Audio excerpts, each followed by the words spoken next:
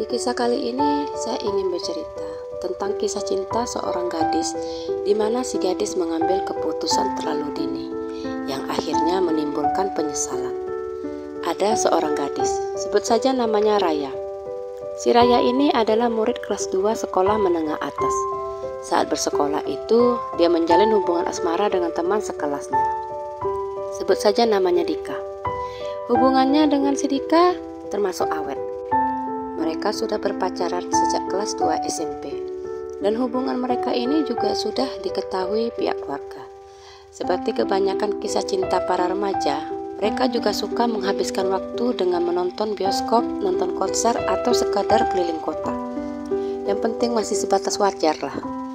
Menurut teman-teman dan pihak keluarga masing-masing, gaya pacaran Dika dan Raya ini termasuk sehat lah.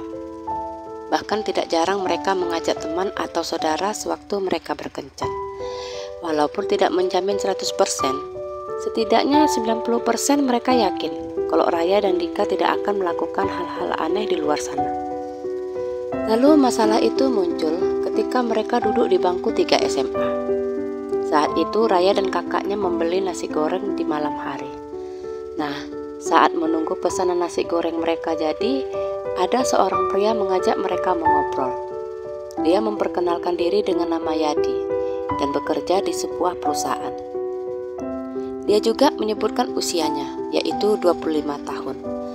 Dari obrolan si pria, si kakak menyadari kalau si abang ini kayaknya sor atau suka gitu sama si Raya.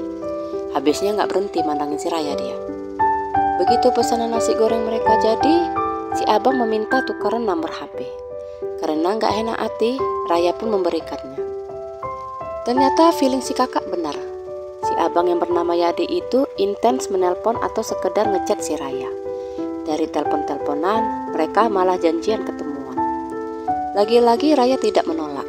Selama pertemuan, sikap si abang sangat manis. Dan ketika Raya jujur mengatakan kalau ia sebenarnya memiliki pacar, si Yadi tidak mempermasalahkannya. Tapi ia mengatakan sesuatu yang pada akhirnya membuat Raya berubah 180 derajat. Si Yadi mengatakan kalau ia siap menikahi Raya setelah tamat SMA. Yadi juga meminta Raya untuk memilih antara dia yang udah mapan atau Raya tetap menjalin hubungan dengan Dika yang masa depannya belum ada kepastian. Terguncang batinnya si Raya. Ia yang tadinya ingin meminta si Yadi menjauh, malah mengurungkan niatnya. Bisa dibilang mulai terhasutlah dia dengan ucapan si Yadi ini.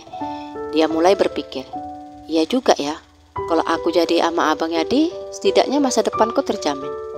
Kalau sama si Dika, belum tentu tamat SMA dia kerja. Bisa jadi dia kuliah dulu, dan setelah tamat kuliah, belum tentu juga dia dapat pekerjaan. Begitulah si Raya membatin. Kebimbangannya itu disampaikan kepada kakaknya. Ia bertanya apa gak sebaiknya ia mutusin si Dika aja, terus jadian dengan Bang Yadi yang masa depannya lebih menjamin. Kagetlah si kakak mendengar ucapan yang meluncur dari mulut adiknya. Dan dengan tegas si kakak menolak mentah-mentah. Udah miring kau ya? Baru juga jumpa 1 kali dengan si abang itu, kok cepat kali kau berubah pikiran. Jangan kayak gitu Raya, si Dika anak baik. Selama ini toh dia memperlakukan kau dengan baik. Dia sopan, hormat kepada orang tua, dan yang terpenting dia gak pernah main tangan kan? Ya emang betul kak, tapi ini demi masa depan. Abang tuh udah mapan loh dari segi pendapatan.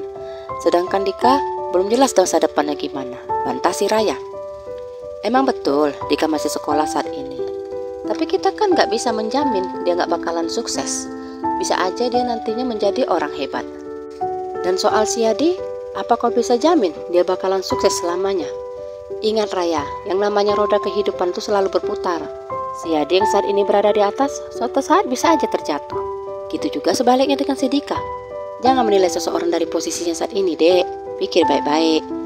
Tapi untuk saat ini, bagus-bagus aja lah kau sekolah dulu. Sibuk pula kau ngomongin masalah kawin. Gak usah sering lah ketemu sama si Yadi itu. Kayak gitulah kira-kira repetan kakaknya si Raya.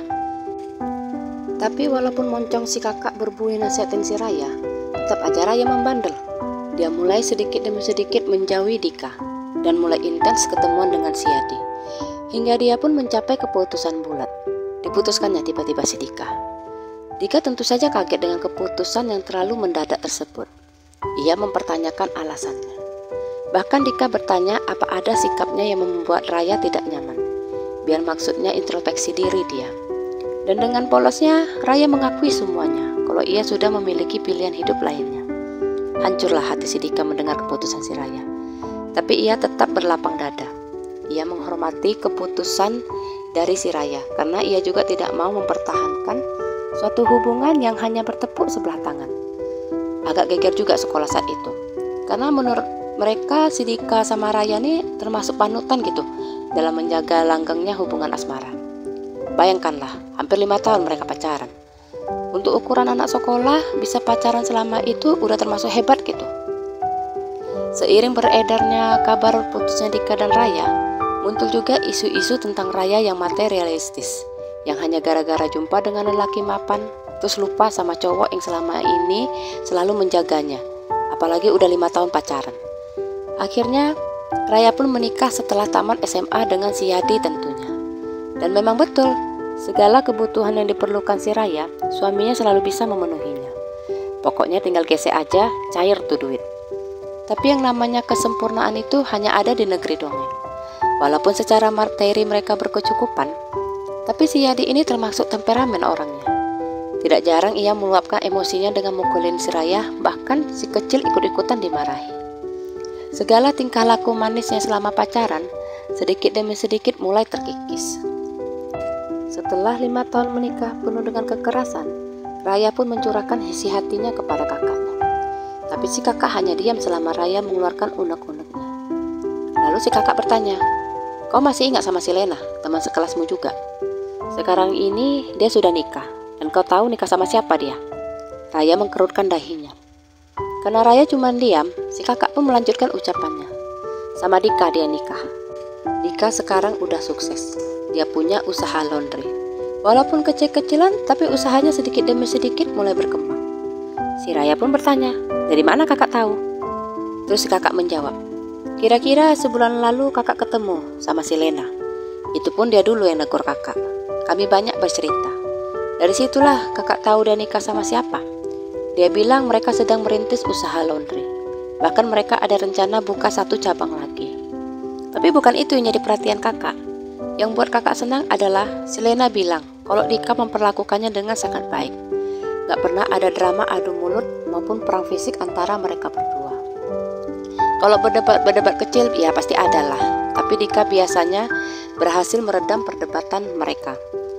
Nah, kayak mana? Pastinya nyesel kau kan mutusin si Dika. Makanya kau jangan menilai seseorang hanya karena ia belum jadi apa-apa. Ingat, hanya Tuhan yang tahu nasib seseorang gimana ke depannya. Walaupun mungkin penghasilan Dika lebih sedikit dari si Yadi, tapi poin pentingnya adalah dia gak suka melakukan KDRT kayak lakimu itu. Ringan kali tangannya ah. Kesel kali lah aku naik Raya. Bagus-bagus kau dapat si Dika, hanya gara-gara 1 orang yang baru kau kenal. Kau lepas 1 orang yang sudah setia sama kau, hanya gara-gara dia belum mapan. Sekarang si Lena lah yang dapat madu dari keputusan bodohmu. Sekarang terserah kau lah, mau kau apain rumah tanggamu. Mau kau teruskan atau kau lepas. Udah malas aku nasihatin kau. Kayak gitulah, kata si kakak dengan nada habis sabar. Si Raya dengar nada ketus kakaknya cuma bisa diam. Terus jatuhlah air matanya. Itu jelas air mata penyesalan. Tapi semua udah terjadi, mau gimana lagi ya kan? Si Raya sempat berusaha ingin meneruskan rumah tangganya. Tapi karena Yadi tidak berubah juga, si Raya pun memutuskan melepas rumah tangganya. Ya dipikirnya daripada bonyok-bonyok badannya kayak adonan ya kan, gara-gara dipukuli. Mending dia menjanda aja. Dari kisah tersebut yang bisa kita ambil pembelajarannya adalah jangan berumah tangga dengan alasan materi saja. Ya materi memang penting, tapi tabiat pasangan juga harus menjadi pertimbangan. Buat apalah kelimpahan materi kalau harus mengorbankan tubuh hanya untuk dipukuli, dan bahkan tidak jarang berimbas pada hilangnya nyawa seseorang. Sekian kisah saya kali ini, sampai jumpa di kisah selanjutnya. Terima kasih.